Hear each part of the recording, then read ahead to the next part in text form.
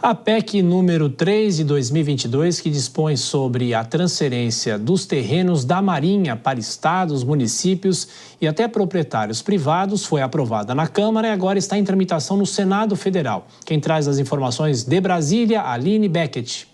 A discussão sobre a proposta de emenda constitucional voltou à tona após uma audiência pública realizada na última segunda-feira na Comissão de Constituição e Justiça.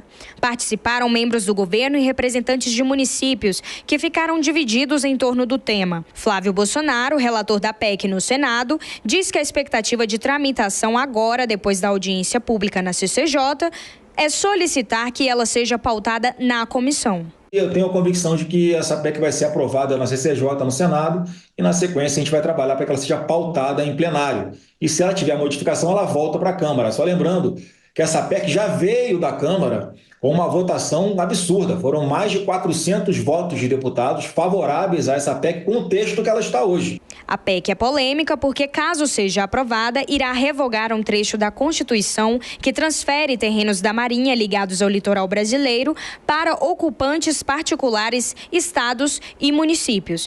Ambientalistas alertam que a proposta traz o risco de privatização das praias por empreendimentos e pode comprometer a biodiversidade do litoral. Mais da metade do PIB do mundo inteiro depende da biodiversidade. E hoje o principal fator que ameaça essa biodiversidade é o uso indevido do solo por parte dos seres humanos.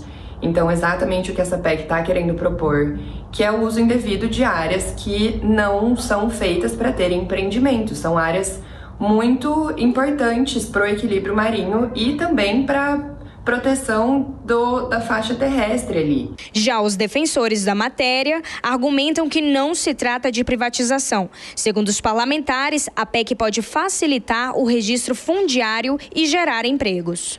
A PEC prevê que estados e municípios recebam gratuitamente a propriedade de terrenos que já tenham a construção de prédios públicos. Os ocupantes particulares poderão receber a titularidade se pagarem.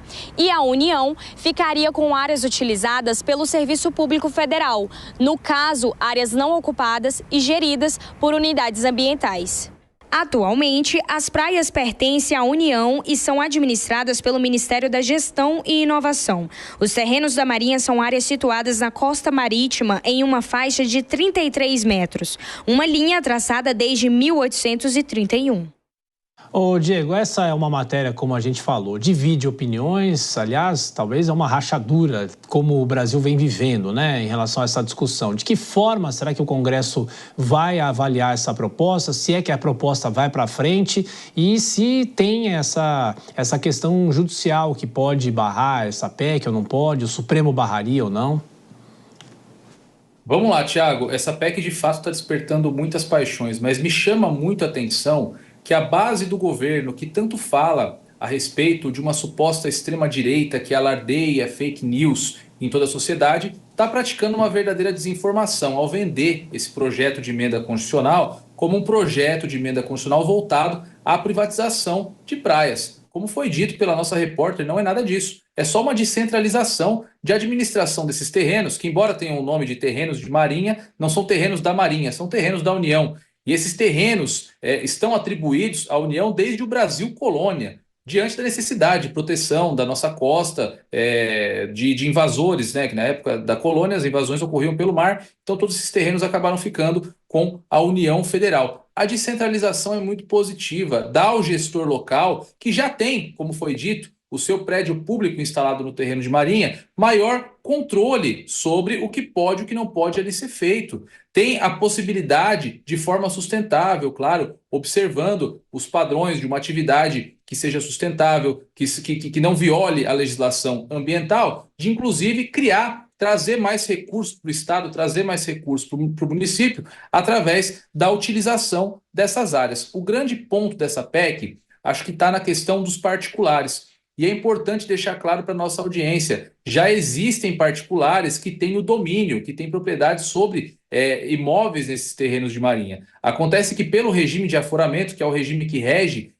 esse domínio, essas pessoas têm 87% da propriedade, enquanto a União detém os 17%. Então a pessoa pode fazer a aquisição desses 17%. Mas essa PEC não traz uma linha a respeito de privatização de praia, que inclusive é vedada por lei. O Plano Nacional de Gerenciamento Costeiro, lá no seu artigo 10º, ele proíbe que se feche uma praia, que se levante um muro numa praia, que se transforme uma praia ou em um ativo particular de um resort, ou até mesmo num quintalzinho particular de uma casa à beira-mar. Então as praias não correm qualquer risco de serem privatizadas com essa PEC. Muito pelo contrário, ela vai dar mais dinâmica de administração, haja vista que, considerando o imenso litoral que nós temos, a zona costeira gigantesca do Brasil, considerando aí também o contorno das ilhas, a União não tem qualquer possibilidade fática de estar fazendo uma fiscalização rigorosa, de estar fazendo um patrulhamento rigoroso, que com a descentralização passa a ser responsabilidade dos estados e municípios, que têm muito mais condições de fazer isso de uma forma eficiente.